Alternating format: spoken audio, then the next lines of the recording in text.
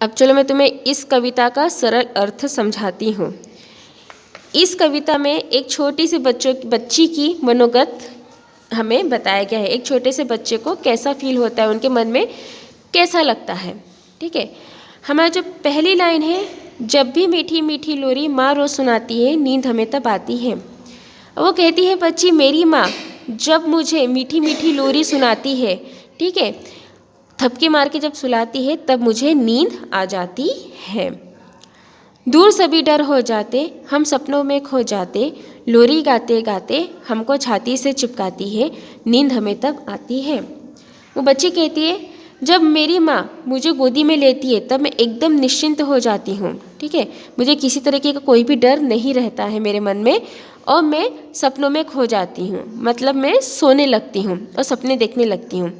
तब मेरी माँ लोरी गाते गाते मुझे अपने सीने से लगा लेती है और मुझे अपने आप नींद आ जाती है।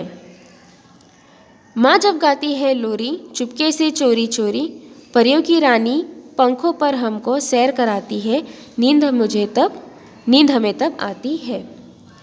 मेरी माँ जब भी लोरी गाती है तो मैं सो जाती हूँ सपनों में, और सोने के बाद सपनों में मैं एक परियों की रानी को देखने लगती हूँ, और वो परी की रानी मुझे आके अपने पंखों पर बिठाती है और सब जगह घुमाती है, मुझे सैर कराती है। ऐसा वो बच्ची कह रही है। ना सोने के पलने में, ना चांदी के झूले में, गोदी के पलने का झूला माँ जब हमें झुलाती है, नींद हमें तब आती है। तो वो कहती है बच्ची को नींद कब आती है, जब मेरी माँ अपने गोद में मुझे उठा लेती है, ठीक है, और अपने गोद में लिटा के जब मुझे झुलाती है, ठीक है, थपकी मारती है, तब मैं तुरंत सो जाती हूँ।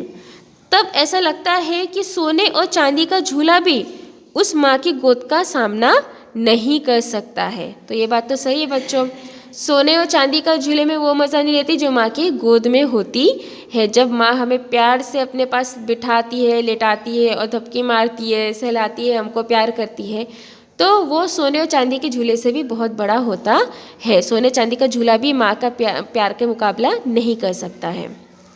ठीक है बच्चों, तो उम्मीद करती हूँ तुम्हें ये छोटी सी कविता समझ में आ गई। बहुत सरल कविता है, तुम भी पढ़ोगे, सिंपल सी भाषा में दी हुई है, ठीक है, और पढ़ो, तुम्हें भी पढ़ते पढ़ते समझ में आ जाएगी। फिर भी अगर किसी को नहीं समझ में आती तो मुझसे आके स्कूल में पूछ सकते हो।